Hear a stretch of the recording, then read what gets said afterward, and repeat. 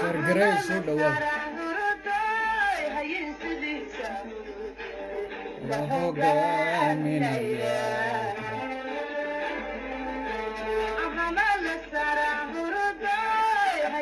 سو دوال ولا لهوغا من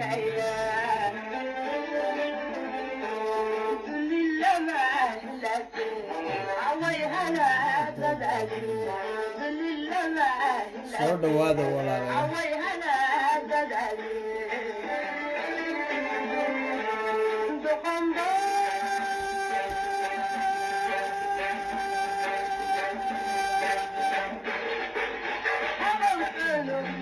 soo dhawaada sii shargareeyo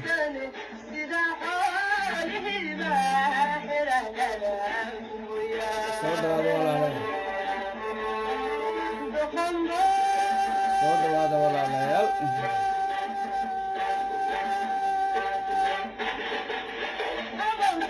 soo dhawaada walaalayaal soo dhawaada warbadan baaskaan soo dhawaada walaalayaal soo dhawaada salaam sare salaam sare salaam sare soo dhawaada walaalayaal soo dhawaada soo dhawaada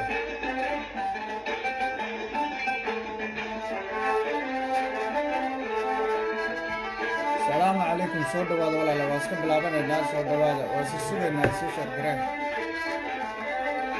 sii shargareen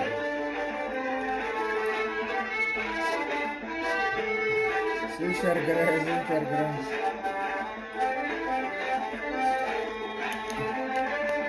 soo dhawaada soo dhawaada shargaree walaalayaal shargaree aniga facebook iga xidhan yahay ilamaayo 27 dhowr cishaab ayaa dhe waan ku jiray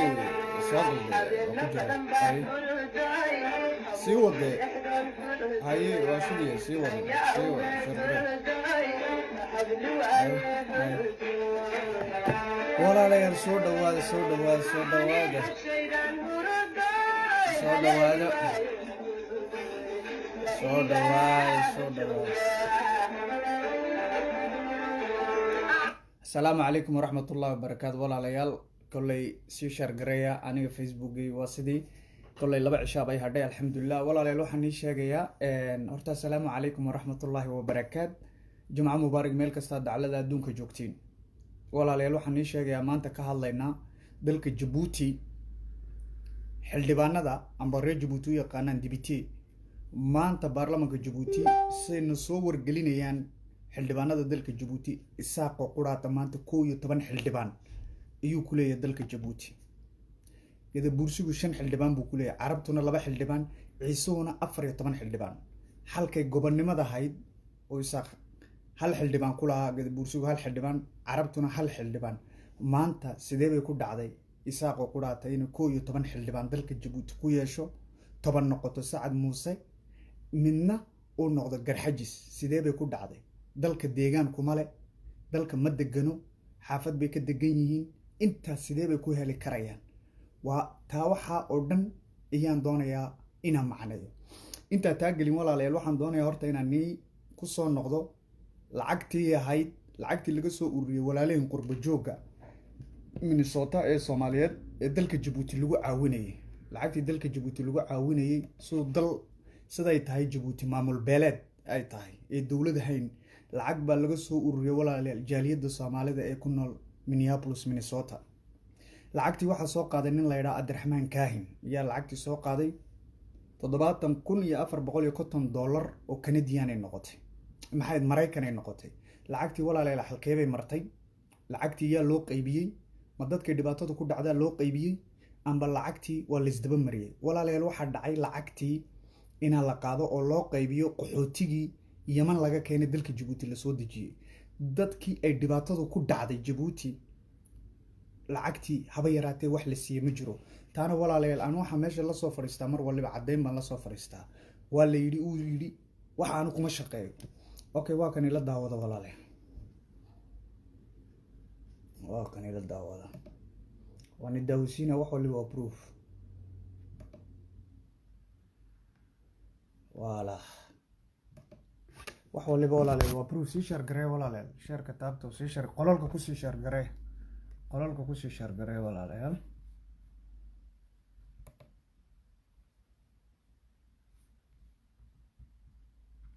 coordinateur de la société civile solidaire et de plusieurs bénéficiaires d'élan intitulé pour un Djiboutien initié lors des dernières pluies qui a eu lieu aujourd'hui au Centre de technologie, de l'innovation et du développement, une cérémonie de remise d'un chèque d'un montant de 71,450 $. Et suite aux dernières inondations du 20 et 21 novembre dernier, est née donc spontanément au sein de la société civile une action de solidarité nationale motivée par le seul sentiment de vouloir venir en aide à leurs frères et sœurs sinistrés et d'honorer par la même occasion donc la culture d'entraide ancrée dans nos traditions ancestrales. Les Djiboutiens des différentes diasporas répondent à cet appel et rejoignent l'élan de solidarité nationale inédit par un Djiboutien pour un Djiboutien. C'est dans ce cadre-là que la SZSD a reçu aujourd'hui cette contribution des Djiboutiens du Minnesota qui est à hauteur de 50 000 $, qui couvrira l'aide de 328 ménages. Chaque ménage recevra un panier composé de plusieurs articles d'un montant de 27 $ grâce aux offres de réduction exceptionnelles recueillies auprès du groupe Al-Gamil. walaalayaal sidaad ogsoontihiin lacagtii aada ogeedeen dadkii reer jabuuti ee dhibaatada ku dhacday lacagtii haba yaraatee wax la siiyey ma jiro carab qaxootiya oo dalka yaman laga keenay unbaa lacagtii loo qayqaybiyey dadkii dhibaatadu ku dhacday ee dhibaatadu saamaysay anaani daawisiinay lacagta wax haba yaraatee loo geey ma jiro intii kalena ralliya ibna batuuta iyo abdiraxmaan kaahin iyo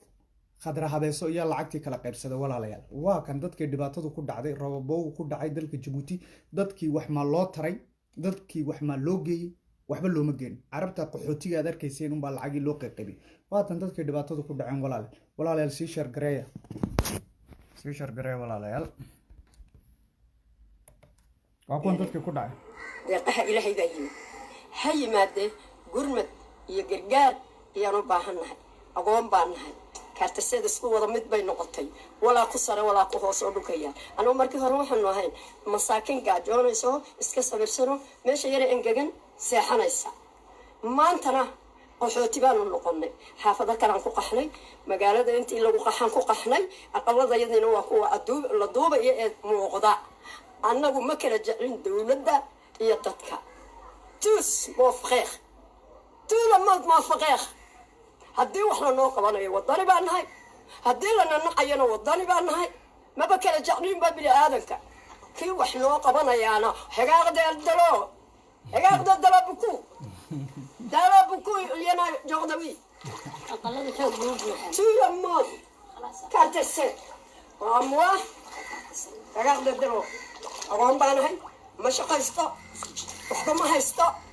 marka horeba waxaan ahaa masaakiin gaajoonaysa maantana way iiga dartay waa kuwa ubadkayga i duubaya marka ilaahay intaad ka yaabtiin ee raxmadda ilaahay doonatiin noo soo gurmada gargaarna siiya noo dhaqdhaqaaqa dadka iyagii baa tihin nina israa'iil maaha nina yuhuud maaha waa dadka iyagi waa dadka igi soo jeedi walaalayaal waa kuwa dadkii wadaniga dalka jabuuti ee biyuhu galay waa islaan ciyaal agoomaa leh intaayo biyaa gashay waa kuwa hablaheygii ka duubayaan dadka looma gurman walaalayaal qaxooti yaman laga keenay oo caraba iyaa xoolihii la siiyey qofkiiba $100 baa la siinay iyo canfar wax haba yaraatee dadkii reer jabuuti ee ciisii walaalayaal wax haba yaraatee loo geey ma jiro dadka dhibaataysan waa ka abdiraxmaan kaahin waasaan nii sheegay waa nin ajonya waa nin gada bursiyo qoran maxay ahaydeen ciise furla buu qoran yahay waa ajon waa double agent marka walaalayaal waxayaan nii sheegayno wax haba yaraatee ka jira ma jiro ودولة جيبوتي ما سوماليلاند iyo Puntland iyo Jubaland ma waa dal la aqoonsan yahay dawladda United Nations calan la fadhiisata ina loo sadaqeeyo oo loo qarafeeyo waa wax ceeba jaaliyada diaspora-ga soo urursa waxa maxay ka dhigantay lacagta mar waliba waa la qaadaa walaalayaal hargeysa gabiley baa la geeyaa sidii halkan ka dhacday Ottawa la yiri lacagta baan ururinaynaa biyihii maxay ahaydeen Djibouti robobogi yimday tu isaaqa loo dhiibay lacagta markay urursay tir Soomaaliland iyo Djibouti baan kala qaybinaynaa oo dad ciisuusa iskaga baadileen mar waliba walaalayaal wax nasiib darra walaalayaal taa markan ka baxo lacagta halkay martaan tusay walaalayaal dalka Djibouti maanta waxa ka jira horta video si share garay walaalayaal aniga Facebook waa laga xidhay walaalayaal waxa nii sheegaya dalka Djibouti waxa jira waagi gobernimada baarlamaanka ciisiya canfartu kala qaateen 232 canfartu inteedii waxba ma siin canfartu waxay yiraahdeen waaga way naga saxsaneen canfartu qofka waa la siiya creditkiisa canfartu waxay yiraahdeen annagu inteeda waan haysanayna ciisi markay noqoto walaalayaal dalkii dadka deganaa ee Soomaalida ahaa ee deegaan lahayn ee dhul ku lahayn ee waxba ku lahayn sida Isaaq iyo Gadabuursiga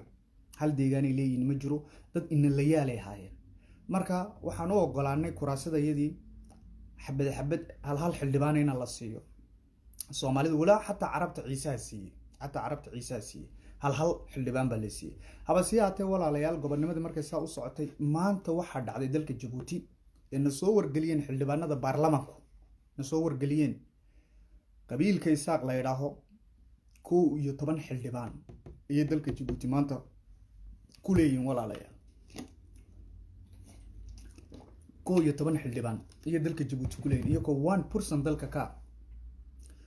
toban waxa la yiri waa Sacad Muuse habara wal oo Sacad Muuse halna waa Garxajis inay tahay ciida gale iyo inay tahay habar Yunis 332 baan kala qaybsan waa sax Maxmed sidee bay ku dhacday Isaaq inuu ku yeesho walaalayaal 11 xildhibaan imika dalkan aan joogno wasiirka immigration-ka Toronto ka soo baxay Toronto Soomaalida ugu badan ilahan Minneapolis Minnesota ka soo baxday Soomaalida ugu badan Isaaq meel ku badan ma jiro Cartetron wala la degaa dhulbaanta la dega dalka deegaan kuma leh dalka caasimada bay ka degayn sidee bay ku dhacday walaalayaal 11 xildhibaan dalka Djibouti inay ku yeeshaan sidee bay ku dhacday kheyraadka Djibouti oo dhan banka dhexe kees nationalka meelaha lacagtu taalo dhan oo muhiimka in ay Isaaq loo dhigo sidee ku dhacday walaalayaal taa waxay ku tusaysaa inay islaanta madaxweynuhu Khadra Habeeso odagan Ismaaciil Umar Gelle iska doqonka inuu iyada u shaqeeyo iyay taani tusaysaa walaalayaal sida ogsoontii muddo oranayna ciidamo waxa jira lagu tababaro dalka Djibouti say Khadraxay feature-ka u ilaaliyaan 400 oo askar iyaa jirto lagu tababarayay akadeemiga Carta maanta sheekadii way fashilmato waa la beddelay waxa la yiri ciidamada jamhuuriga ee gaar Republican ayaa tababaraya ciidamada madaxtooyada Somaliland waa been walaalayaal waa ciidamada feature-ka ilaalin doona Khadraxay ee ciisahan meesha joogay gaar Republican-ga laga bedelan doono marka walaalayaal waxa baan doonayaa inaan nituso kuwa baan doonayaa inaan horta nituso inaan kuwa nitusan rabo Allahumma ihfaz Muqdisho aamin ilaahu xafid Muqdisho marka walaalayaal kuwa baan doonayaa inaan nituso maadaama walaalayaal muddo gaadhaysa ayaan nigu soo celcelinay oo nii sheegnay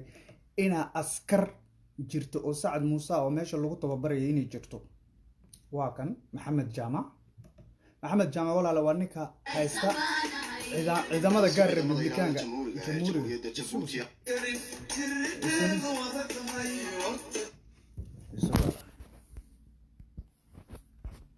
walaalayaal sii share gareeya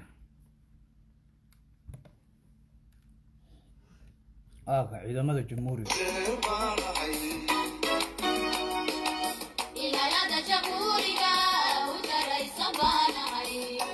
ciidamada ilaalada jamhuuriga ee jamhuuriyadda Djibouti ayaa qabtay munaasabad tababar muddo socday loogu soo gabagabeeyay ama loogu soo xidhay 15 askari oo ka tirsan ciidanka ilaalada madaxtooyada ee Somaliland munaasabadda tababarkaas lagu soo xidhay oo uu guddoomiyey taliyaha guud ee ciidamada ilaalada jamhuuriga jabuuti colonel maxamed jaamac ducaale waxaa ka qayb galay taliyaha ciidamada bias ee gobolka cali sabiix colonel cabdulwaasic maxamed waxaana lagu marti qaaday xafladdaas wakiilka somalilan u jooga dalka jamhuuriyadda jabuuti cabdifatax siciid axmed agaasimaha madaxtooyada somalilan maxamed cali bile mudan iyo marti sharaf kale tababarkaas oo muddo 2 bilood ah ka socday xerada bias ee gobolka cali sabiix ayay bixinayeen saraakiil ka tirsan ciidanka ilaalada jamhuuriga ee dowladda jabuuti waxaana askarta lagu tababaray aqoonta ciidan ilaalo iyo sugidda ammaanka mas'uuliyiinta madaxtooyo iyo sida ay mar walba u xoojin karaan adkeynta ammaanka madaxda iyadoo halkaasi lagu soo bandhigay aqoonta ay askarta somalilan tababarkaasi ka faa'iideysteen tababarkan ayaa ku yimid ama ka dhashay iskaashiga wanaagsan ee u dhexeeya ciidamada ilaalada jamhuuriga ee jabuuti iyo sidoo kale ciidamada ilaalada madaxtooyada ee somalilan taliyaha ciidanka jamhuuriga ee jabuuti colonel maxamed jaamac ducaale oo halkaasi hadal ka jeediyey ayaa la dardaarmay askarta tababarka loo soo xidhay waxaanu yidhi c'est vraiment une grande satisfaction pour notre institution runtii farxad weyn ayay inoo tahay tababarkaasi socday muddada walaalayaal waa ninka arkaya waa 15 banile waxa waxba kama jiraan waa been 400 in dhaafsan ciidamada la tababaraya oo loo tababaraya featureka khadraxad inay ilaaliyaan kuwa waxaan tusnay inta la qaaday ciidamada la tababarayay cirka oo la geeyay Russia oo magaca Djibouti lagu geeyay kuwa waxaan tusnay dawladda Djibouti ee direen oo lagu diray tacliin buurso oo laga keenay Gabiley iyo Arabsiyo kuwa waxaan tusnay inta laga soo qaaday Gabiley iyo Arabsiyo oo la qoray ciidamada jamhuuriga oo qoray ninka la yiraahdo Ahmed Reis walaalayaal waxa oo dhan sidee bay ku dhacday dad dalka waxba ka ahayn inta oo dhan power inay yeeshaan walaalayaal sidee bay ku dhacday walaalayaal waxay ku dhacday Ismaaciil Cumar Geelle iyo waxaan u ogol Ismaaciil Cumar Geelle oo ogol inay talax waliba meesha is dhigtay iyo lagu qowracaa haddaan idhaahno mar waliba Ismaaciil Cumar Geelle uu baaban yahay Ismaaciil Cumar Geelle war waxba ma hayo hadduu isagu war wax u hayn maxamed jaamac muu baaban yahay General Zakariya muu baaban yahay General Zakariya muu baaban raggan sarsare ciise ee xilka haya iyo kuma wala baaban yihiin walaalayaal waxa lagu sheekay wax loojiga lagu sheekay waxa dhan ma baabno iyo ka ogol isaaqinu san sameeyo Ismaaciil Cumar Geelle oo ogol maxamed jaamac baa u ogol dadkan baa u ogol dadkan inay taanu guri aan marti ku ahay hadduu imika nini cazuumo oo gurigiisa igu cazuumo aan marti ku ahay anigu halku musqusha tagi lahaa amba kaniifka reer Djibouti u yaqaan reer Soomaali kaniifka wax kale u yaqaanaane haddii halku musqusha gali lahaa amba kaniifka daaradda ku kaadiyo anna markay kaadi qabtay daaradan ku kaadinaya in qofkii martida aan oo ha wuxuu sameeyo kuwana tuugiinay arkeen dalkii dhacay dalkii boobaya iyakuna si lamida iyay u la yimaadeen walaalayaal u fiirsada dadkan isaaq ee dalka ku nool inay wadan yahayn ina Geelle Arab dalka Djibouti aabii Allah u naxariistay wuxuu yimid isagoo qaxootiya iyo ka yimid Hargeysa wuxuu ha baararka dadka dhigdhiga khamriga kadib Ilaahay ba wax yar isku geeyay odagii baayac mushtar buu noqday inakii Soomaalidu gabadha ciise guursaday ee wardiiq iyo xarimay haddaba dadkii martida nooca gabadh ciise markuu guursaday iyo xarimay 2004 inishkeeb shaqaale caadi ka ah nin ciise oo mamaasan bafur laba ka sareeyay waxa meesha u dhacay ninkii dhintay ina xayd jaamac xayd ba u dhacay meesha oo u lacagtii Djibouti oo dhan intuu qaato Hargeysa tagu qabiilkaygii shafka u tumtay arabku waa afar qof xoolihiisii iyo maalkiisii Djibouti bay jooga taala ee walaalhiina Djibouti bay degan u fiirsada Faysal Cali Waraabe oo dumarka kareynayay oo waagi Ziyaad Barre ka kareynayay ragga sarsare ee daarood mareexaanka iyo majarteenka maslax Ziyaad Barre iyo Margan Hargeysa ka soo caytama balaag waa madaxweynuhu caaya Ismaaciil Cumar Geelle Hargeysa laga soo caayaya wuxuu u dirayaa 250,000 oo dollar Mareykan ardaqonkii ciise saaca waa la caayaawno tii lacag buu ku soo tuuraya walaal dadkan sida moodaysiin ma dadkan waa dad la tartamaya dagaal colaad qabiilna gelinaya oo qolooyin aan annagu isgaadhin oo isguursan oo day qurbaha ma hayna isgaranayn doonayaan afkeenina iska keen galiya daaroodo mareexaana iyo majarteen iyo wareeba dagaal dad kale ay ku wadaan bay maalkeeni Djibouti kula dagaaltamayaan walaal oo abaal lagu qabin oo lagu caayaya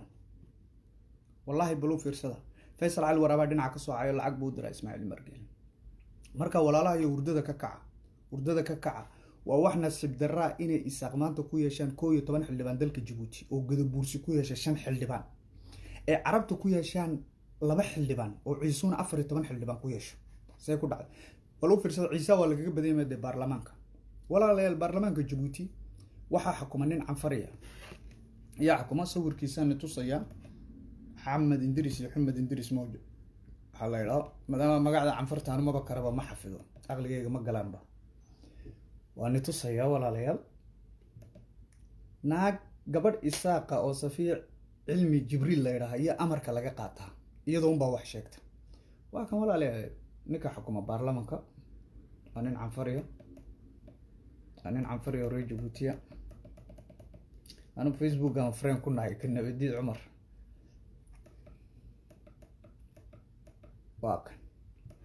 واكن ولا ليك حكومة برلمانك واكن نك برلمانك حكومة برلمانك جيبوتي نكن با حكومة وانين عنفر يويجان قومية عنفرتا كدشي دلك جيبوتي ولا ليال ناكتن بو أمر كقاطع ناكتن واحد لبان صفية علمي بالله جبريل وناق الساقو هبرا ولا خضر حيد يا الدوا حدا نك داني مدحوينها برلمانك abood uu isagu lahayn bay gabadha leedahay dadka waxay ka dhigtaa microphone-ka gabadh cushuur hadlayso canfarida ka qaada microphone ka qaada bay tir ka qaada abooday walaalayaal leedahay qof baarlamaanka Djibouti kula ma jiro hadda waa hal xildhibaan abooday leedahay qof lama jiro ka dhiga microphone ka dhiga hatta ninkan baarlamaanka xukuumadda ka abood weyn maxay tahay waa isaga bara wala khadra xayd bay u gashaa bal walaalayaal dadkan karaamadii bay iska qaadeen canfar noqotaya ciise noqotaya maxay tahay waa xildhibaane wallahi been ma sheeg ninka ay arkaysiin iyada ka power weyn waxa iyadu tiraa baarlamaanka Djibouti ka socda waxa iyadu tiraa iyo walaalayaal baarlamaanka Djibouti ka socda waa wax aad iyo aad u nasiib daraa bal walaalayaal u fiirsada isaaqa hamigoogu maalkii Djibouti oo dhan iyay qaateen ee Hargeysa geeyeen kuwii Hargeysa intay dhargeen iyo kuwii Djibouti loo keenay kuwii Djiboutina way dhargeen walaalayaal ciise hamigooga walaalayaal maxaa laga dhigay ma taqaanin ciise hamigooga dhanba maxay tahay ma taqaanin ina la siiyo lacag gaadhaysa $10 oo Canadiana $10 oo Canadiana ninka ugu hami weyn amba wax weyn rajeynaya waa 500 oo kun oo faranka Djibouti mise markaa lacagta lagu eego Canadianka 4,000 oo Canadiana 3,000 oo Canadiana weeyaan dhalinyarta u fiirsada isaaqa amba dumarka isaaqa dalka Djibouti walaal soo lagu lacagay sanad gudahood bay ku noqdaan millionaire kuwa Djiboutina ciisaha Djibouti social media ku jirana iyaga mashquul waxa lagaga dhigay dadka xaq u dirarka sideedoo kale iyo say islaamta fadhiyo buqaaci inay dadka soo caayaan balay وعيسى عن فرتهم ضد كاين سوء عيان أو هم يجوا نقطة $8 أو كنديان حتى بنشك بالسومالي تراي بنشك بنشك وتو إيج بشك هم يجوا جيبوا حلا قد جوا ولا ليه $8 إن ضد سوء عيان والدود يك جبوت كم الدلم هو فرق يواصل هم يجوا جوا ينتابون نقطة جوك بل $8 إن هاي عايز إيج جوك ها هميغو بوات $10 كنديانا والله بالله وكون شنبقول يلا بكون موجه واحد كون شنبقول يلا بكون موجه واحد هميغي عيسى دليرت عيسى حلك فكر لاين هميغو جيبوا انت ولا لا والله بني ما شاغ هميغو انت وواحد جاد كويلي لاين جاد مردوف يا لبا مردوف هميغو جيبوا انت بنودان ولا لا اساقينا دلك جيبوتي او دن باي قاتين اي وريجستين حتى كوا قربا waxaa jooga حتى inay raqiisiin chip $10 maxay tahay $10 waxba am ciisa dhalinyartan ku sheegay inay raqiisiin kuwa dhinacan jira magaalada inaan jooga oo dawladda u shaqeeyo oo jaajuus arsaaqadoodu waxay noqotay nabadiid iyaan isnaqaanaa nabadiid iyaan isla joognaa arsaaqadoodii baa inta noqotay حتى haddii wax fiican la siinayo maxay haatay waxba ma haateen $100 iyo $200 hamigoogiiba waa $10 anu waan ogolaa inay soo caayaan waxay doonaan ilaahin wax fiican un qaado wax fiican un qaado lacag fiican un qaado aniga igu soo caydi $10 oo Canadian waa 2,000 oo faran sharafta iskaga qaadi soo cay wax fiican igu soo cay walaalayaal taa dhinaca baan kaga baxayaa ninka qandaraaska la siiyay qandaraaskan social media-ga ina dadka lacagta siiya dadka soo caaya oday cali cabdi faarax la yiraahdo inankiisa weejaan waa isaga qabara wala waxa la yiraahdaa isaga nuur cali cabdi faarax waa kan ba qandaraaska social media-ga haysta waa ku yaro isaaqa oo odaygan baa dhalay cali cabdi baa dhalay odaygan baa dhalay waa ka inankiisa waa ninka dhan ee qandaraaska la siiyo dadka la soo caayo waa kan wajigiisa caadiya waa kan odayga cali cabdi faarax baa dhalay isagoo qandaraaska wuxuu haystaa social media-ga ee dadka caayaya isagaa lacagta bixiya waa ka cali cabdi faarax baa dhalay ninka isagaa lacagta bixiya qandaraaskayga nabadiid soo caaya isagaa lacagta bixinaya islaanta soo caaya isagaa lacagta bixinaya marka ninkan baa ku shaqale waana isaaq waa barawal $10 buu siiya balaag ciisa sidoo baadile ragoogu iyo dumarkoogu asaa ilaahu tolkay u gargaar okay walaalayaal taa markaan ka baxno waxaan isdul taagaynaa walaalayaal saad ogsoontihiin halgamaagii qaranka halgamaagii dalka Ethiopia halgamaagii beesha ciise Cusmaan Mire walaalayaal Cusmaan Mire waa nin halgamaaya waa dadkii cabdi iilay dowladii cabdi iilay riday weejaan dowladii cabdi iilay waa dadkii riday weejaan maxay ku dhacday Cusmaan Mire inuu xidhnaado sanad dhan Cusmaan Mire inuu xidhnaado oo loo hadli waayo maxay ku dhacday ragga siyaasiyiinta ee beesha ciise ee Ethiopia fadhiya inay soo sii daan waayaan Cusmaan Mire oo halgamaaya maxay ku dhacday dhalinyartii barbaarta ahayd oo ninkan hogaamiye u ahaa maxay ininku ku dhacday Cusmaan Mire inaad soo nooleyn weydin karaamadiisa maxay ku dhacday ninkii yaraa la oranay maslax ciiso bulde maxay ku dhacday ninka saaxiibka ee Cusmaan Mire ee halgamaaga kulaha xabad heesa inaad u samaysid oo dadka dib u soo xasuusisid maxay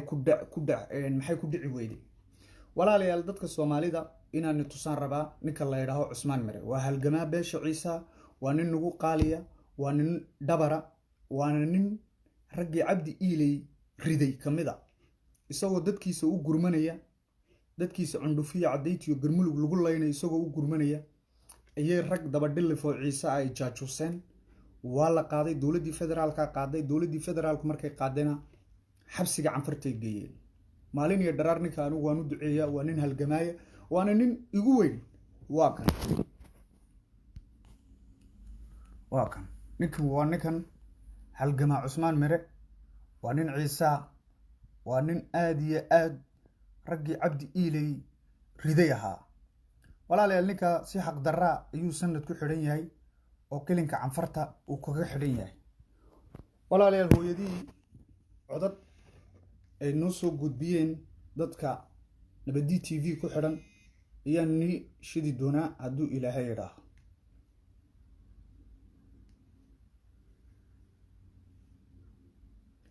codad baan ni shidi doonaa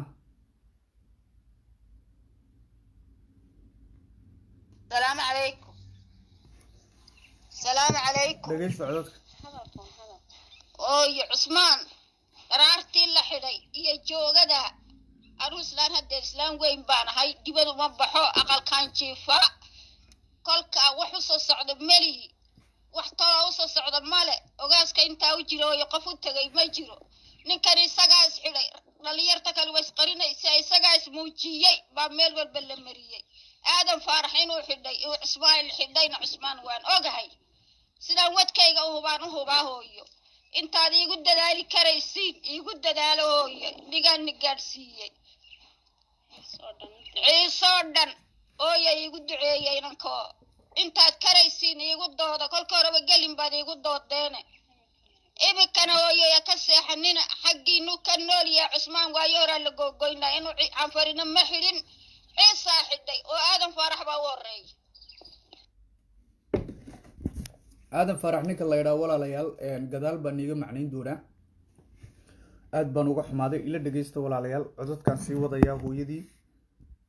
u dacway oo ogaaska u tagay ma jiro cusmaan shirkad buu ciise ku xidhay hadduu nool yahayna kolun buu ka soo bixi kolun baan arki ama waan dhiman ama waan arki may waad arki hooyo insha allah bismillaahi kariim السلام عليكم السلام عليكم يا عثمان إنه عيسى حدي وانوغهاي تركي با حدي إن أديركي با أنا حدي جيجينا علي آدم فرح بو عثمان وقول انتي إما كان يساقا حدي إما كان واي شركات با لغو حدي عثمان أدير رمالي أبا رمالي إلهي با كسو الدين السلام عليكم يا gurigayga igu yimaadeen anigoo maqan iyo yidhaaheen ninku aqal ku fadhiyay bas lacag dad siiyeen dadkii baa soo horkacay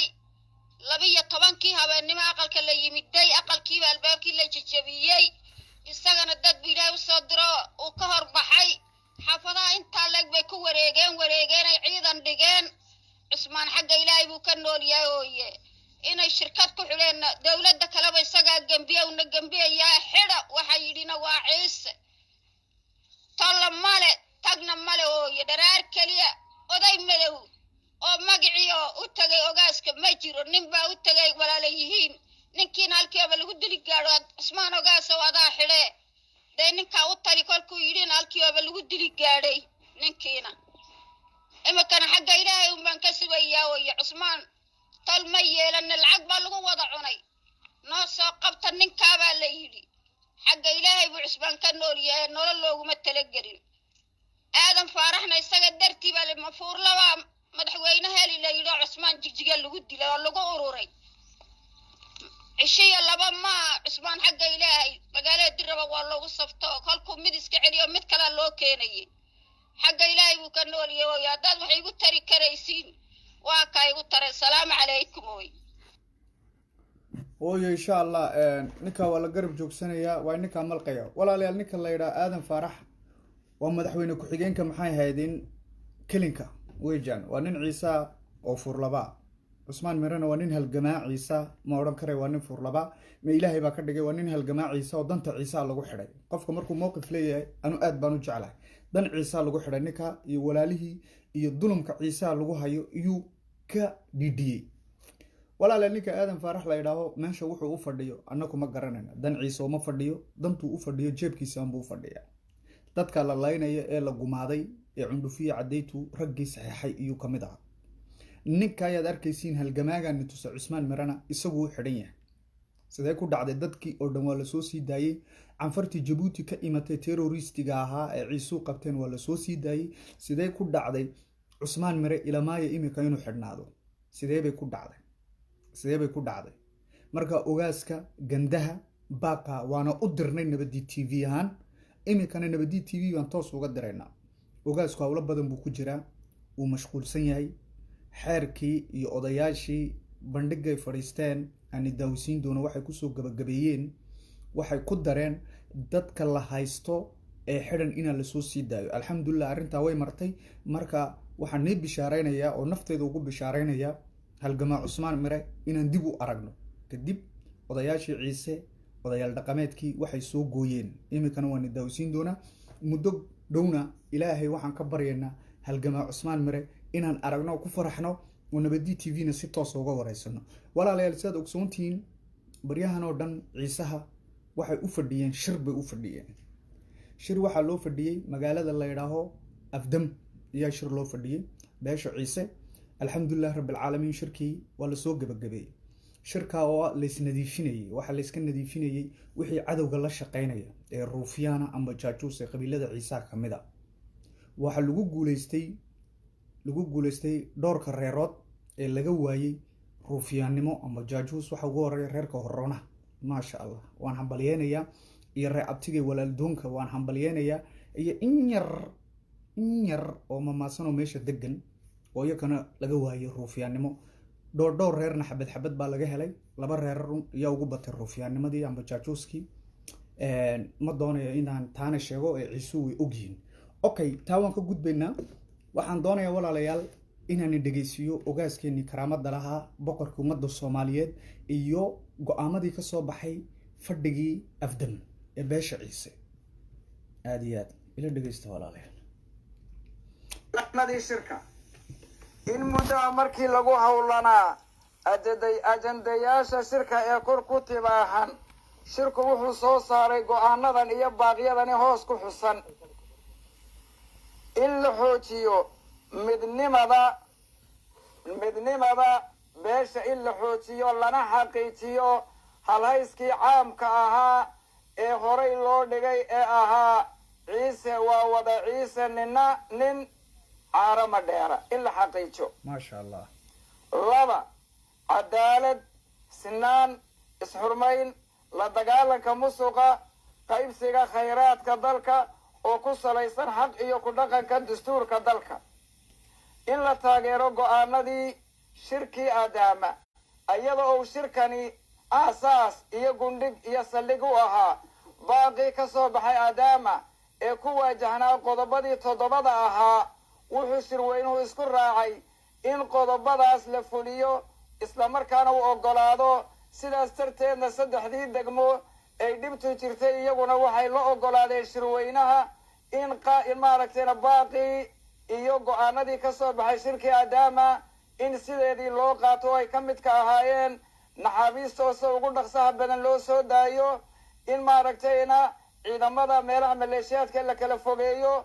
iyo in maaragtay dadka xuquuqdoodii si dhab ah loogu soo celiyo iyo qodobo kale oo 7 ahayd oo ka mid ahayd in sidii aadaama ay loogu gaadhay ay hogaamiye dhaqameedyada dalka heer federaal iyo heer deegaano 3 deegaan ee deegaanka Cafarta deegaanka Soomaalida iyo deegaanka Oromiya hogaamiye dhaqameedkoodu go'aanada ay gaadheen in sidoodii loo fuliyo si dhaqsaana loo fuliyo in la taageero cid kasta oo dadka reer cundhufo cadayti iyo garbaciise oo u baadigoobaysa hal waara oo waafaqsan dastuurka Itoobiya gaar ahaan qodobka 48aad iyo wixii la mid ah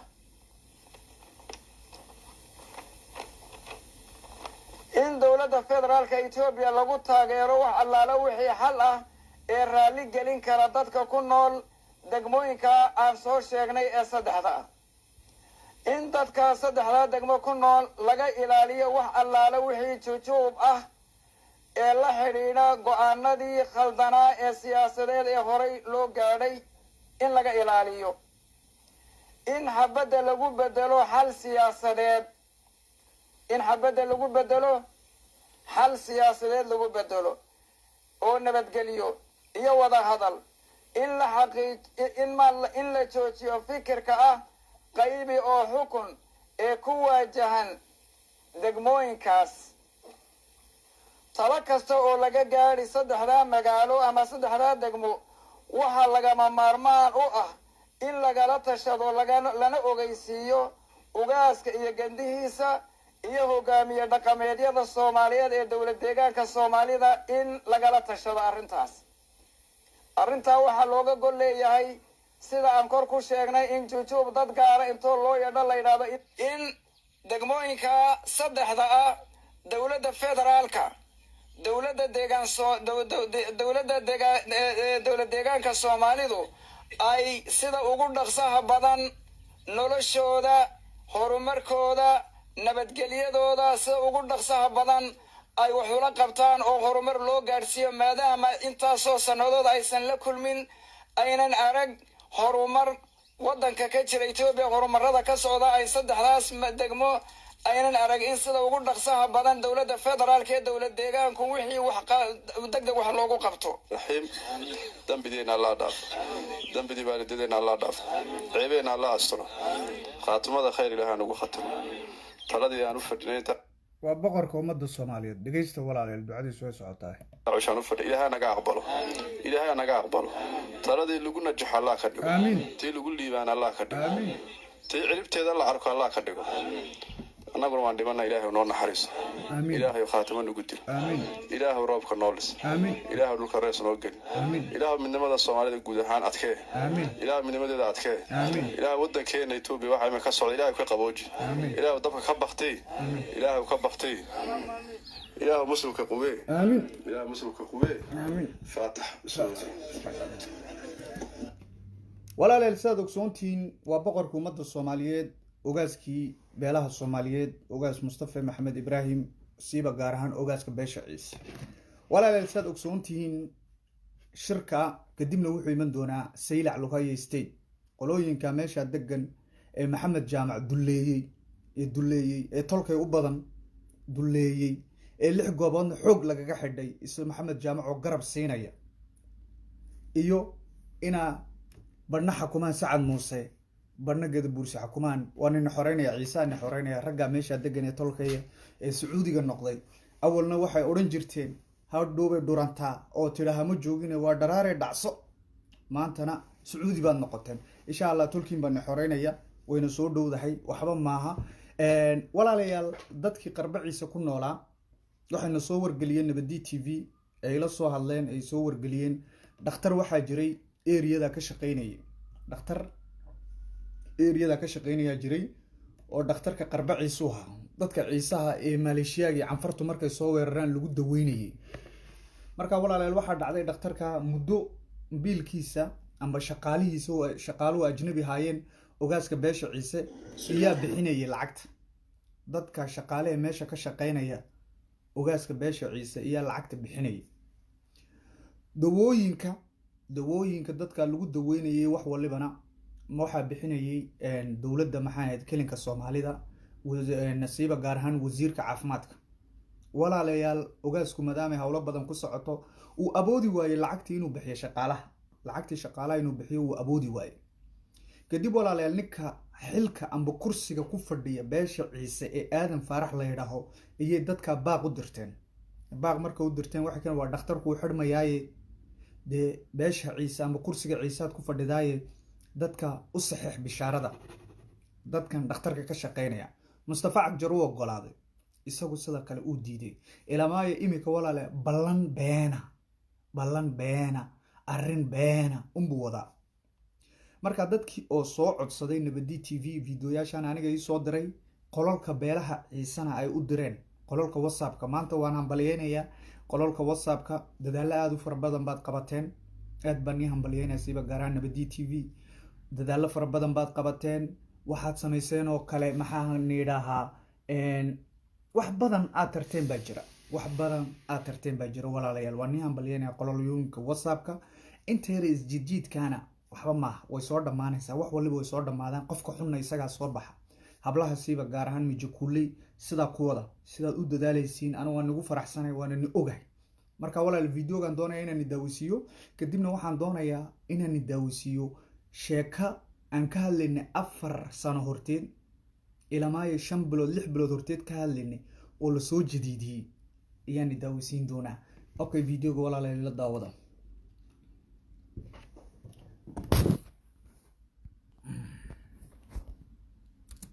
marxim qolkan waa qolka medical director-ka amba maamulaha xarunta caafimaadka magaalada Galbeedciise Ibrahim Harbi Dubbed isaga ayaa sidaan ii sheegay saakiina si degdeg ah ugu yimaado naga codsaday xafiiskiisa waxaad arkaysiin kulliyaad buu qoraysan yahay qalab iskar dhameystiran baa meesha u yaalo Ibrahim raali noqo marka bal Ibrahim waxaan weydiinaynaa xaaladda degdeg ah oo noogu yeeray iyo guud ahaanba inuu waraysi inaga siiyo xarunta oo ka shaqeeyo mas'uulka ka yahay Ibrahim salaame Yusuf sida dhawaan aniga ku yeeray maanta saaka waxaan ugu yeeray madraqtay xaaladda guud ee xarunta caafimaadka inaan madraqtay aan si fiican aan madraqtay xaaladda ku sugan tahay aan ku sheego ku soo bandhigo maadaama tahay mas'uulka ugu mas'uuliyiinta kamid ah dhalinyarta inaad xaaladda meesha nala arkid baan kugu yeeray xaaladda xarunta caafimaadka Galbeedciise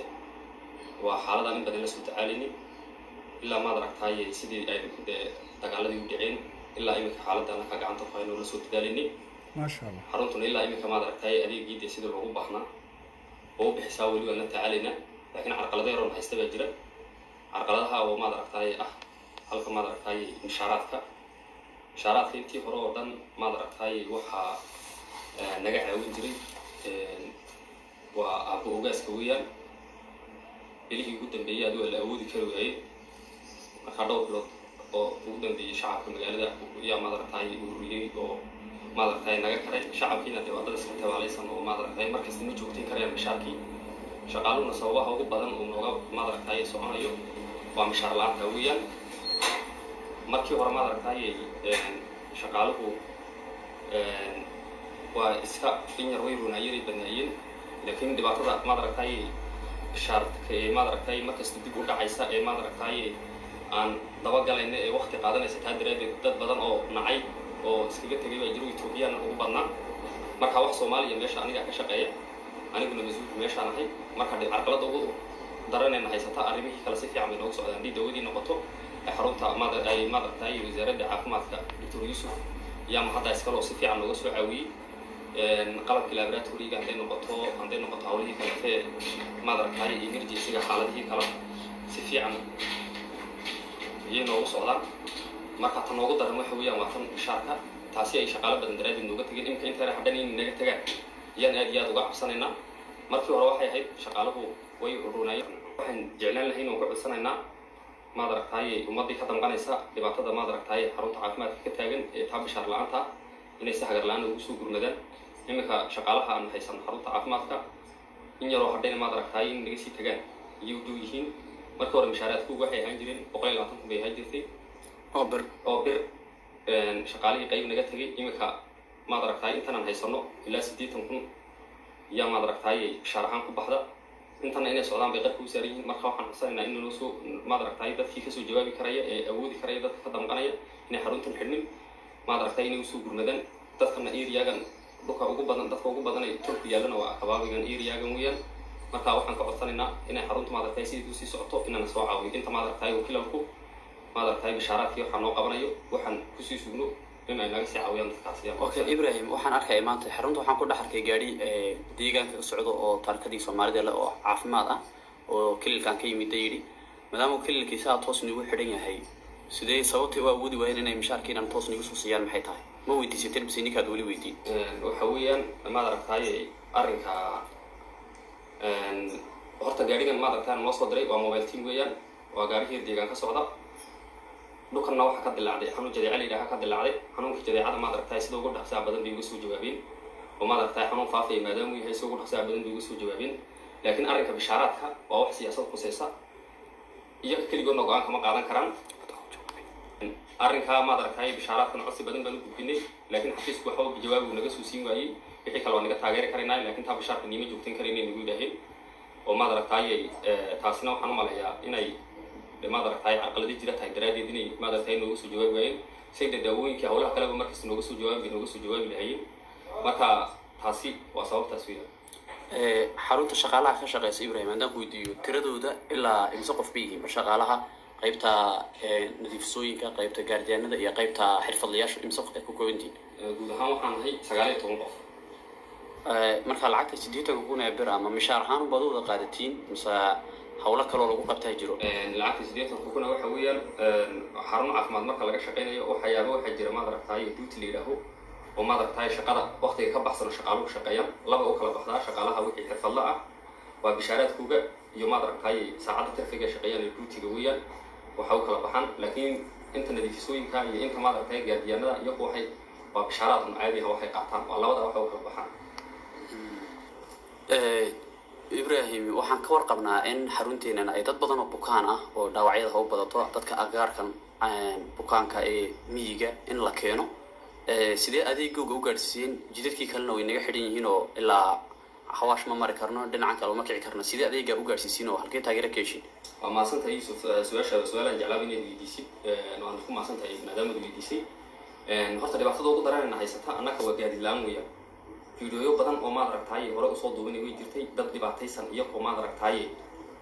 waxaanay baadiyo soo xiraan ee rabta liidah lagu keenay oo xarunta la dhex dhigay waan maad aragtay oo soo duubnay way jirtaa oo xitaa ay arkeen mas'uuliyiinta heer deegaan laakiin wax jawaab naga meeshiisin dhibaatada ugu daran inay haysataan waxa weeyaan waa gaadilaan dhulku aad buu kala fog yahay masaafo ahaan marka qof tusaale ahaan hantuu bukoodo uu maad aragtay khalaas noqdo uu meel 20 kilomitir 30 kilomitir ilaa 40 kilomitir meel ku jirto qofka hadduu ku bukoodo waa dhigtaa weeyaan wax rab lagu soo qaadayo gaadiina waa iska garanaya dhibaatada haysata beelahoodu inay badan tahay sidaa weeyaan waxaan noo keenay dhibaatada ugu daran inay haysato waa gaadilaan weeyaan taasina waxaan ka codsanaynaa dadka khusayso hadday maad aragtay dadka awoodi karayaan inay maad aragtay in badan baan ka codsanay mas'uuliyiinta heer deegaan wax jawaab kama helin dadka kale to naga caawin karaan jiraan taana naga soo caawiyaan ambulance laantaana waan u baahan ay waan maasantahay aad baad maasantahay Ibrahim هذه walaalayaal saad ogsoontiin ninkan aadan faarax la yidhaa wuxuu meesha u fadhiya ma garanayo walaalayaal ninkaa wuxuu soo dejiyey 10,000 oo xamasho ayuu jigjiga soo dejiyey kursiga inuu xamasho u fadhiyo inuu ciise u fadhiyo waa wax la garan lahay wuxuu u fadhiyo waa wax la garan lahay walaalayaal waa wax nasiib darra walaalayaal baaq waxaan u dirayaa hablaha siiba gaar ahaan qurba jooga in badan ambulance dirtay way jirtaa bar imika ambulance dirayaa jira bar anfirada dirayaa jira walaalayaal ku dadaala waan awoodnaa 19 qof bishaaradooda inuu ciiso bixiyo waan awoodnaa walaalayaal qurbaha inta baan ku joognaa walaalayaal $10 iyo $20 oo laga ururiyo qof waliba dadka walaalaheena ee tolkeena ee dhiigeena ee canfartu si baadila u leysay iyo koo wata dawladda federaalka qoti wata iyo Tigray wata iyo jabhadoodii wata waa dadka dhulkeena noo ilaaliya waa xooggayaga waa cuduudayada waa indhahayaga walaalayaal waan awoodnaaye siiba gaaraan hablaha ayaan baa ku diraya walaalayaal waad karaysiinay lacagta bixiya ninkan Yusuf baa la yidhaa waa ninka maxaadeen mas'uulada qarbaciise waa ninkan anu lacaga u diray dadka raashinka siinayay waa nin inabtigay walaaldoona waa nin daacada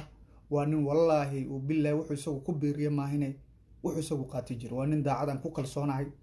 lambarkiisana aanan siinay dadka doonay inay dadka caawiyaan walaalayaal maanta way duushay been ma sheegay dadaalka beesha ciise ay wadaan way duushay walaalayaal in yar baa hadhay équipe de $10 baa la yidhaa kuwa $10 équipe de $10 baa la yidhaa kuwa ruufiyaanka iska jaajuuska waxa way dhamaanaysaa walaalayaal maanta guul baan gaadhnay aala boori uu seexan kari laayay anaa walaalayaal nii huba aala boori iyo khadra habeesa way seexan kari laayeen in yar baa hadhay walaalayaale in yar baa hadhay ciiso isku duubnaada lambarka ninka iyo wax walibana anaan siinaya walaalayaal waxaan doonayaa gabagabaystii barnaamijka inaan nii sheego walaalayaal 4 bilood horteed aqooyaan maxamed cawaale wuxuu ka hadlay in Ismaaciil Margeele siyaasaddu ku dhaqmo waa siyaasadda Machiavelli buugga Machiavelli Le Prince ninka akhristay ayaa garanaya dadkayga le envoie moi cousin hadhow looqa ii soo gala nabadi TV anaa nii soo qoray walaalayaal waxaan nii sheegayaa waa buugga Machiavelli siyaasaddiisa weeyaan walaalayaal waa ninkii nii sheegnay imika waxaa la bilaabay maadaama soo dhow yahay kombaanigii amba votkii jaaliyadda diasporaga reer Djibouti iyaan ururinaynaa meel kasta ay joogaan ingiriiska ugu badan yihiin holland bay ugu badan yihiin belgiga ugu badan yihiin sheekada baa la leeyahay sheekada waxa loo soo dhiibay hadii la yoodan lahaa mid reer Djibouti loo dhiibay wala shakin la xariif af mishara oo reer Soomaaliya ayaa loo soo dhiibay marka taadan waxa looga leeyahay dumarka dan looga leeyahay magacdiina inta la urursado hadhow 2021 markay gaadhana vote-ka lagu rito walaalayaal taa anigu waxaan u deystaa qoyaan maxamed cawaale oo aad iyo aad iga aqoon badan oo arintaas dul taaga horta videogan daawisiinaya taana walaalayaal waxaan nii sheegayaa dalkii Djibouti waxa ku batay xaafadihii gubanay cishoore waxaan arkaynay kartoon oo gubanaysa u fiirsada baryahan kartoon baa gubata iyo balbala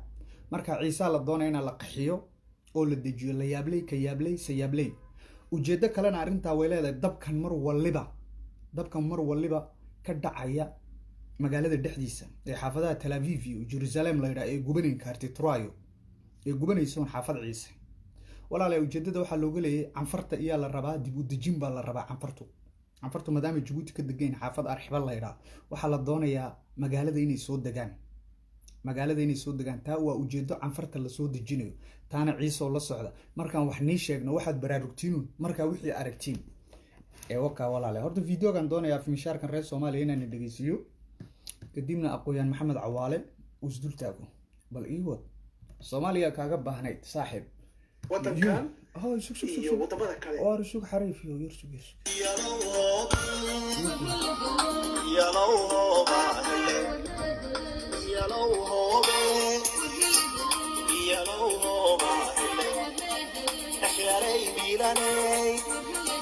حصلي دلالي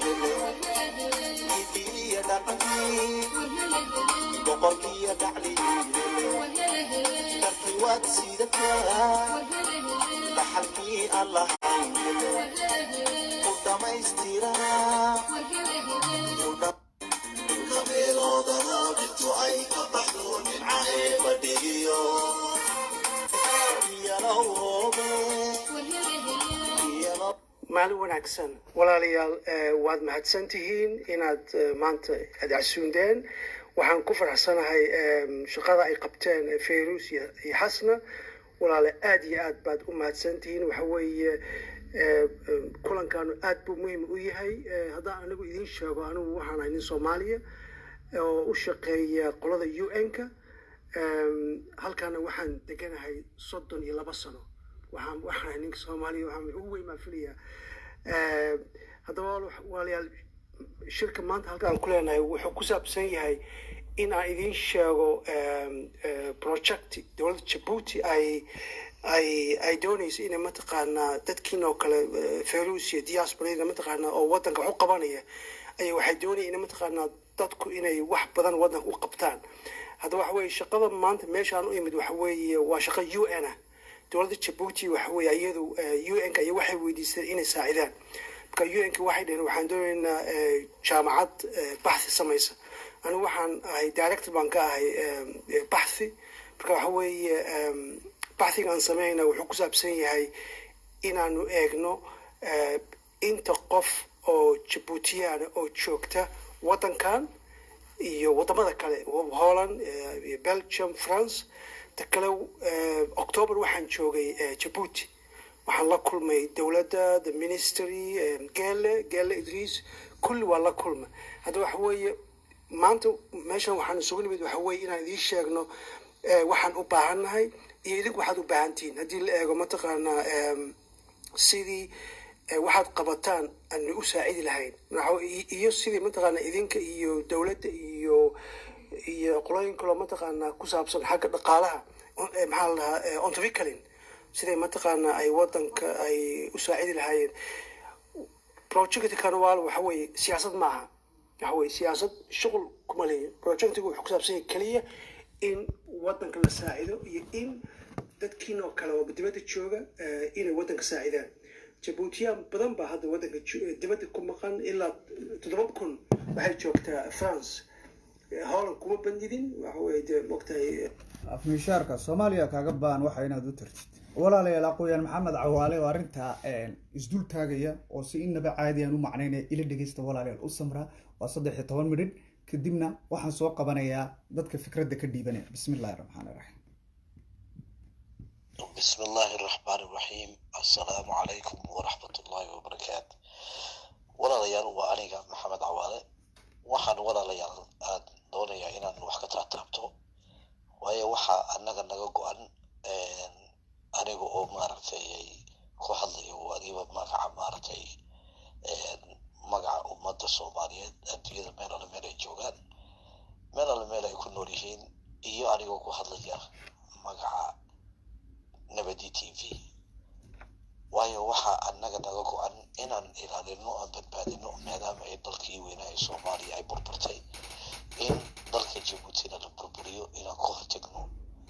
ay waliba ay horseedka yihiin ama hormaadka yihiin kuwa maanta ku daraysanaya ama lacag ka guranaya oo madax baan nahay iyo kuwa kale ee doonaya maaragtay inay reeraha afaysu geliyaan waxa walaalayaal soo ifbaxay oo maanta soo dhow ololihii maaragtay muddadii shanaad ee odaga Ismaaciil Cumar Geele oo anagu naqaano Alaboore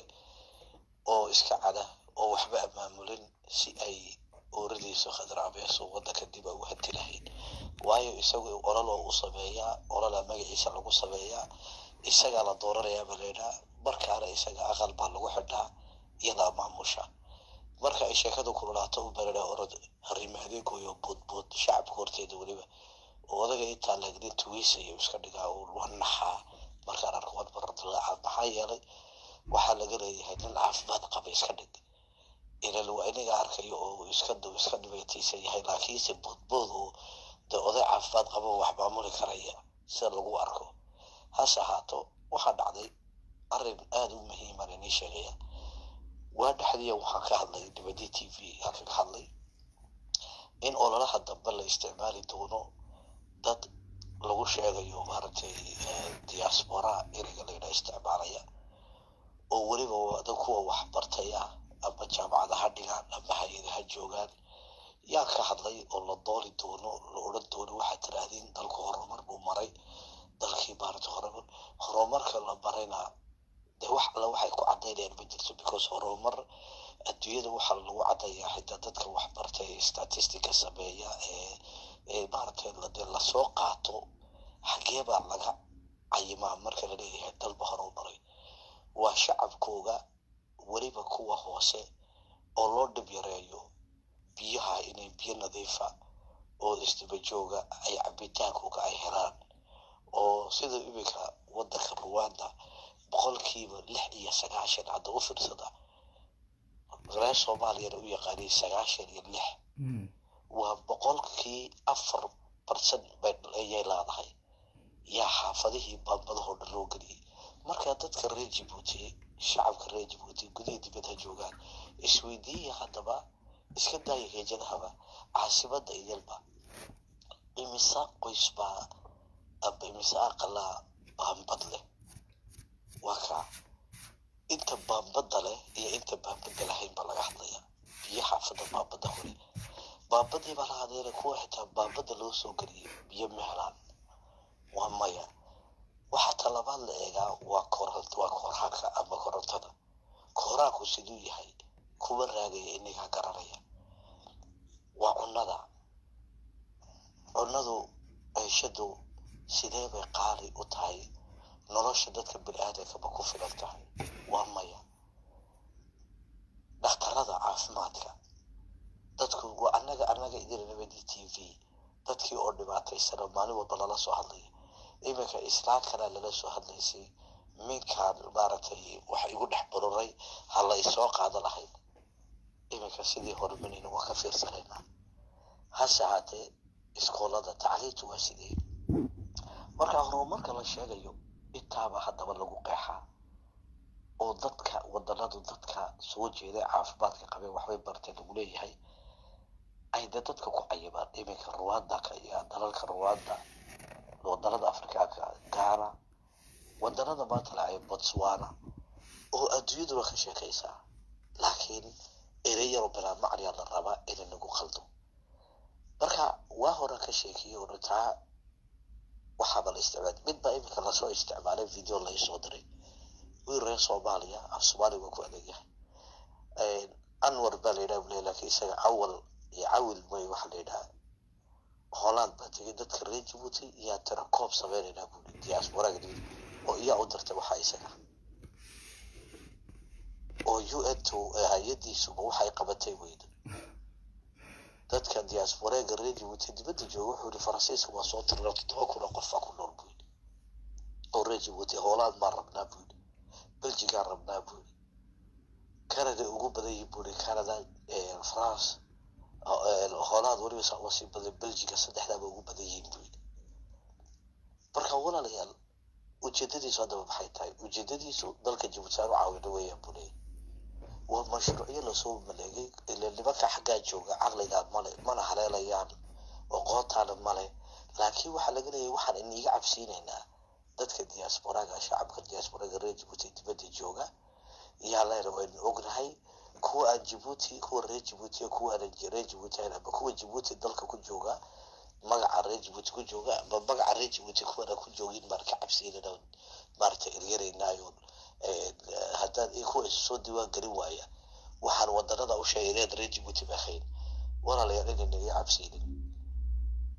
wadanada dastuurkooga ama Faransiis ay ahaadaan ama Belgiga ahaadaan ama Britain Mareykan ama Canada ahaadaan wadanada dastuurkooga waxay qof kastaba u banaynaysaa inuu qof kastaba dal xaquuqa insaaniya lagu xadgudbay uu ka hadli karaa qofku oran karayaa ma jirto hadday jirto waa inaad reehibal waa inaad wadanka uu ka mid ahaataa haddaad wadanka arad u dhalaynin kama hadli kartid dagaaladu waa wadankay doonaan adduunyada kama hadli kareen maxaa ku geliyaan oo dhan lahaa Soomaha gaalada waxaa ka aragnay xaquuqa insaaniya Falastiin baro hadlaya xaquuqa insaaniya maartay waxaan u hadlayaa South Africa Allah buugaa ka qora telefishinada ka soo baxay ololaya UN to ma jirteen haddii wadan uu la odhanayo reehibal waa ina wadanka u dhalataa si aad wadanka siyaasad xuladiisa u dhalishin gaalada idina wadanada joogsiga nugula nool yaa u hadlaya maartay Zaire xaquuqda dadka Afrikaanka leh dadka muslimka ee la dhibaateynayana Rohingya u hadlaya waxaas idinagu huruufin idiga idinaga cabsisan dastuurada wadanadaasi waliba anu dastuurka Canada iyo dastuurka Mareykanka aad u qaadnaa qof gaala yaa Djibouti u hadli karaya dadka shacabka reer Djibouti u hadli karaya xaquuqa insaaniyahooga u hadli karaya cid hor joogsan kartaa ma jirto qof badow oo Mareykan yaa u hadli gabar badow oo Mareykan u hadlaysa Ethiopia imika kuwa Mareykan oo madow yaa imika ka soo horjeeda ciyaalka Ethiopia la soo guranayo cadaanku soo guranayaan ay leeyihiin maaragtay wan maaragtay waa korsanayna qaarkood waxaa la arkay xagga lagu silcay qaarkood waxaa la arkay xagga maaragtay lagu fuulfuulay ubadkii yaraan la fareefreeyay marka loobiyadii baa samaysmay maanta Ethiopia ku dhawaaqday inay joojinayaan ubadka ay cadaanku soo guranayaan waxa iyaa sameeyay dad badan oo Mareykan ah dad Ethiopia marka walaalayaal inay qaldin waxa la doonay inay naga cabsiyo waa wiilka bay noqotay wiilkani UN hay'ad baa lahay oo UN ta la shaqeynayna war Soomaaliya kaaga baahan hadduu ninkan wax sameeyo wax dhisayo uu leeyahay meel baan ka haystayo director baa ka hay'adda uu leeyahay warda meesha aad ka timid baa u baahan Muqdisho Djibouti kaaga baahan kontraga bebeeta soo qaadatay ee lagu yiri orod dadka noo daaris cale ee wadadka reer Djibouti aad buu isbaba ka aqoon badan yahay dadka reer dad faaran ma inagu maaragtay doctor iyo engineer iyo balay dadka reer Djibouti faan male wayna caan waxaas laakiin dadka Soomaalida by percentage hadii dadka ugu aqoon badan weeyaan adagu war isla qaala dadka iskoolada tagay ee wax barta weeyaan reer Soomaaliya majority ugu iskoolada tagaan Yurubta hadday noqoto dadka ugu cilmi badan rag iyo dumarba oo la jaamacaya waxa qurayd lagu doominayaa waxay shood badan yihiin qoru afishaarin mana xishado ay dhacday isagoo waxba qori waxba akhrin wadoono inuu siyaasad kaga shaqeeyo I like that marka reer Djibouti ila been inay sheegin ninkan kood iniga adiga laga sheekanay bal inuu ku reer Djibouti hadaan isticmaalo waa laga carari I like reer Soomaaliya isticmaalo waliba kale af Soomaaliga baa dhibaya ku afishaar af Soomaaliga la dhibaato la soo diray maxay ka dhibtaa waxa la yiri waliba dumarka reer Djibouti taarka gareeya walaalayaal aqligu dadka dumarka reer Djibouti la sheegay waa ciise waxa la taargaray majority waa ciise laba voolay bay shakadaas leedahay dhowr voolay waxa la rabaa oo horeysa in magacadiina la qaato oo inuu dhulka iska joogo lagu footaysto oo lagu codeysto laba ama xaga inuu joogo la yiraahdo codeeyo saxarada inay dhigo la yiraahdo codeeyo because dibadaha laga wada codeey doonaa oo loo doonaa ka codeeyo cusbiyaanka iyo ugu codeey doonaan iyo dadka taageersan waxay diideen because waxaan wadnaa ololo inaan maxkamad la geeyo dalka Djibouti aan geeyno dadna ay u ogol yihiin dadna ay u ogoleen inay ka footayaan because Hargeysa hadii laga footaynayo waa dal Soomaaliya weeye Soomaaliya ka bita hadii darada laga footaynayo waa dal ajari weeye Ethiopia laga footaynayo hadii Buurama laga footaynayo waa dalka Soomaaliya laga footaynayo dawayna maartay maxkamadda adduunyada laga leeyahay hadii Paris hadii laga footaynayo safaaradda Paris dawayna maxkamad laga caalami oo la yiraahdo maartay hadii Paris Ethiopia Soomaaliya oo ogolaatay laga footay way u diidatay in Canada laga footay karo way u diidatay in Belgium laga footay karo way u diidatay in Holland laga footay karo way iyagu dadkii doonay inay kala gartaan taasi waa ta labaad waxa la doonayaa ina group panel la yiraahdo dadkii diaspora ay wax bartay reer Djibouti ma la taageersan oo horumarka dalka ka wada taageersan waa horumarkii hadday dal diaspora reer Djibouti ay jiraan oo dalka horumarkiisa ku faraxsan Djibouti ma joogaanba aniga ka mid ah soo arkay aniga waa la qalday 12 sano ka hor waliba waxa geeyay qalab baa geeyay 2005 midna waxa wala qaaday maxamed rabash baa wala qaaday urur leeyahay baan ugu qaaday anaga ninkii daweyka uga soo saaray wato 2005 magaalada Denver magaalada ka baxsan oo Lilitan leeyahay baa ka soo qaaday oo dakhli على سبيل الجي dalkii ma soo arkay warsiga soo carray waxa wax propaganda weeyaan maartay diaspora wax loo qabtay diaspora fikradu ogol yahay diaspora la kala dalkii la dhistay waxba kama jiro waa been imisa dabaday soo carartay imisa horteena soo carartay de kuwa horumar baan jiray Djibouti ee reer Djibouti dhulka jooga dad horumarka jirta waxa ku filan badan waxa ka qabanaysa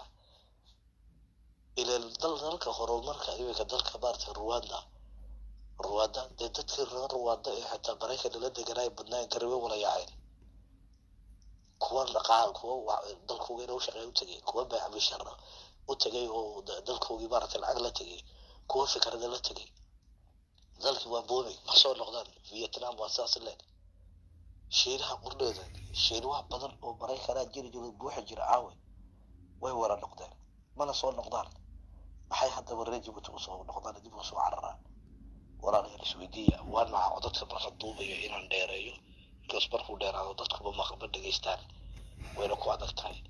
marka waa soo gabagabeynaya iska ilaaliya fishaarka lacagta loo soo dhiibay oo ereyada maartay UNT naasosiga la shaqeynaya dadka appreciate baa laga leeyahay warana waa ka aqoon badan lahay waa ka wax barasho garan leeyahay tani tunu ugu huruufay anagu ma jirno tunu ugu appreciate ma jiro naam impress noqdaan we are not impressed. Assalamu alaikum warahmatullahi wabarakatuh. aad iyo aad walaalayaal wixii doonaya barnaamijkeena ka soo qayb galaan waa kan lambarkeygii ka WhatsApp-ka diga soo wici karaysiin WhatsApp-ka diga soo wici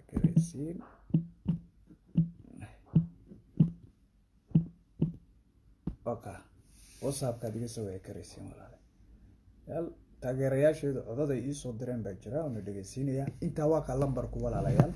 waan sugayaa salaadiina way dhowday السلام عليكم ورحمة الله تعالى وبركاته أسيد نبديد إن هذا كقالي من عيساء أو تركا أو بيجاجي يجسد كاجله إيانا خي أنت مركا كيما إلهي إذن كي محاول هرتا إن هذا عيدا نسي يورر كان عيساء لغوها يو هرتا لبدن بوحكات كو دك كوباد وحوين وحنا عيسوه نيو عيسوه وضد قارعة عيسوه عدو بدن yahay heerkii inta tarxanta ku lahaa haday caagada sida jiray kabta shaaga xiran jiray haday toogalli ka dambe aad iyo aad u soo shaacabahay oo alla yahay geeda dabadood bay joogsan shaarica ma yimaadin geedaha dabadooda iyo joogsan waxbay soo tuurtuuraan illa kuma soo hagaagayaan geesiyada ciise kuma soo hagaagayaan waa kow taasi labo heerkii ilbeetada lahaa in anta kaawan waa garan oo alla galin ka dambe aan ka guuleysanay sagna hooyadii baan qabnaa in aan anku hadaan ciisanahay oo odayga xumad aan ka dhalle waa labo horta in adeero cid annaka heshiis la ah Mr. Kabayare ma jirto because Kabayare waa nin naari dhashay hadda naari wuu dhasho sidaa wuxuu u fiiqo waa jab waxa roobada ku maahi jirtaa riwaayadii hore ciise ninka malqay hadda uu arkay maaha ciise ninka malqaday uu sikaday bay oran jireen baa leeyahay ninka arkana uu dhintay roobada ku maahi jirtaa ninka ciise maraya 30 kilomitir meel u jirto ninka ajaanibka kolkay malqaan waxay odhan jireen baa layidhi uu sikaday ninka markay arkaana uuba dhintay odhan jireen baa layidhi kolkaa arrinkaa waxaan uga jeedo ciisuhu in adeerow waa dad birlaba waa dad wax alla wixii agmaroodha kusoo dhegoo jijabiyo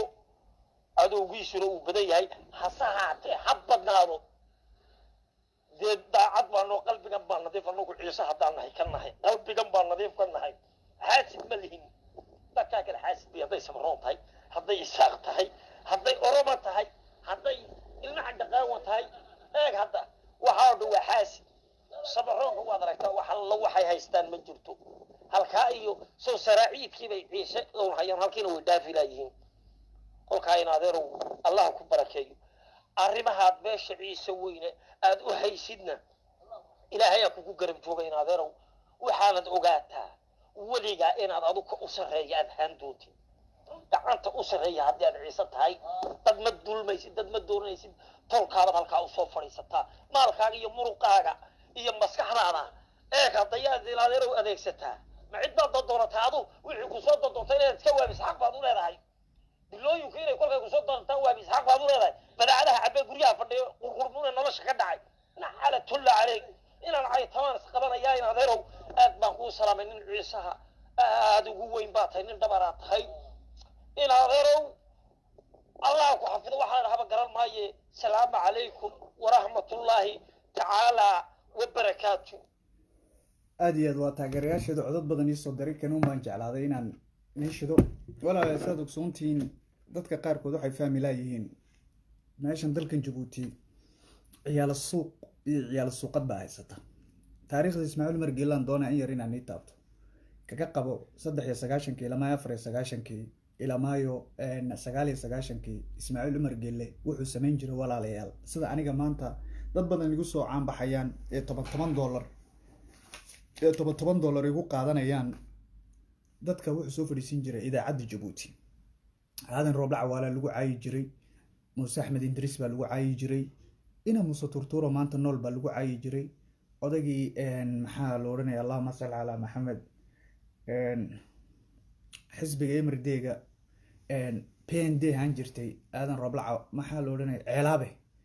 ceelaaba la soo caayi jiray dad badan baa la soo caayi jiray waxa oo dhan walaalayaal ismaaciil umar gelle iyo sameyn jiray maadaama ismaaciil umar gelle bila moral yahay walaalayaal waxaan waa caadi waxa aniga maanta nacaayiyo waa wax horteen jirtay horteen bay waxan jirtay horteen buu ismaaciil umar gelle ku soo dhaqmayay walaalayaal waa ciyaalo suuq inaku dadka waxaad u haysatay madaxweyne inuu yahay waxaan xukuumadda ku wali jiro dhan waa dad ciyaalo suuq wallahi beenimo sheegay waa ciyaalo suuq aad iyo aad islaantiisuna waa ciyaalo suuqad maxamed jaamac cilaab allah naxariistay ha waa ciyaalo suuq Sibad Ali waan helay information kaaga merci beaucoup waan ku salaamayaa mon amour ayo ku salaamaya merci beaucoup information kaaga waan helay walaalayaal ismaaciil umar geelle waa ciyaalo suuq islaantu qabana waa ciyaalo suuqad dadka way soo caayaan marka walaalayaal gameka yuhuudda waxaan gamekan samaysaa walaalayaal qofka runta sheega uu caytamaabay lagu oranayaa videoyaasheeda hore haddaad daawatiin waan ka soo sheekeeyay waa gameka yuhuudda weejaan waxan nacam ninka runta sheegaya ninka dadaalaya ninka ficiltame uu caytamaabaa lagu oranayaa ninka munaafaqa ee been iyo balaayo waa nin khatara lagu oranayaa walaalayaal waa sidaan ula socda dadkay jecel ay taageeray codadka iisoo duubaya waxaa weejaan waxan waa si normaal waa ciyaalo suuq iyo ciyaalo suuqadiis qaba dalkana saabay rabaan inay ka dhigaan ma annagu mar waliba waxaan nagu ballama inaan runta iftiiminaan nagu ballama taana walaalayaal annagu waxaan ii sheegaynaa dictator waliba nin waliba dictatora qof waliba ka soo horjeeda lacag buu dul saartaa pre buu dul saartaa kuwa da iska jilicsan sida cawaalo kale iyo waxa waa la soo xiro gelinaya lacag baa la siinaya way soo xiro galaya annagu walaalayaal mowqifkan annaka maxamed cawaalo u fadhino adduun uma baahanin adduun iyo lacag uma baahanin sharaf iyo karaamad iyo taariikhdu inay noqoto la légion vivant wasaan anu mar waliba wada annaka maxamed cawaalo waxaan annaku keenna maayna wax cusub ee keeni kareen walaalayaal ma jiro midna ogsoonaada anugu iyo maxamed cawaalo waxaan target u nahay dowladda Jabuuti iyo kuwa mucaarad isku sheego beebeena oo danta ciise danta ciise diidan ee jabuutiyaan baa nahay ku duurduuraya oo bari toolsada ay khadra xayd iyo tolkeed sameynayaan inay kuwa kalena markay xilka qabtaan saas si leeg in la sameeyo raba annagu walaalayaal waxaan u fadhinaa waa danta ciise ciise waa wada ciise nin caarama dheero iyaan u fadhinaa xaqayagaan u fadhinaa u fiirsada walaalayaal haddii aad aragtiin nin canfariya oo qoomiyadda canfarta u hadlayo waa nin jabuutiyaan baa lagu odhanaya nin isaaqa oo u hadlay danta isaaq oo reer jabuutiya waa nin isaaqa lagu leeyahay waa jabuutiyaan nin gada bulsho saas leh nin ciise oo danta ciise u hadlaya c'est un malade c'est un raciste c'est un tribaliste marka walaalayaal isweydiiyay aqli baa leediin magacaaba la diidan yahay annaguna waxaan ballan ku qaadayna magacaabaan u fadhina rag la iibsan karayana ma nihin rag ilaahay ku xidhan oo ilaahowga ka baqa oo daacada oo beeshana daacadu ayaan annakii aqooyaan maxamed cawaale walaal waxaan igaga tagayaa waqtigii salaadana way dhowdahay waxaan igaga tagayaa jimco mubaarak meel kasta daclada adduunka joogtiin insha allah inoo jimcaha dambe ilaahay si khayr qaba oo nagu gaarsiiyo walaalayaal buugga maxamed cawaalana ha iloobina amazon ka dalbada salaamullahi calaykum waraxmatullahi wabarakaatu